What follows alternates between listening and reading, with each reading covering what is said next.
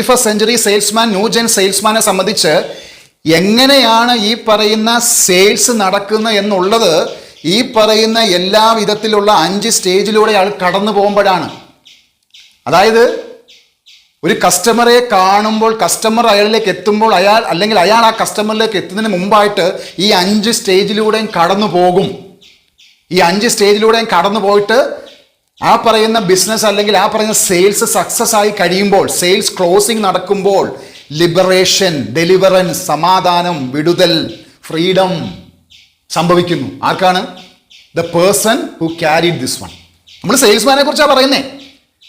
അതായത് കാര്യങ്ങൾ കൃത്യമായിട്ട് മനസ്സിലാക്കി അതിനെ എല്ലാ വിധത്തിലുള്ള നെഗറ്റീവ് ഇമോഷൻസിനെയും ഡിക്ലട്ടർ ചെയ്ത ശേഷം പുതിയ വ്യക്തിയായി മാറിയ ശേഷം സംഭവിക്കുന്നത് എന്താണ്? കസ്റ്റമേഴ്സുമായിട്ടൊരു സമാധാനം, പീസ്, ലിബറേഷൻ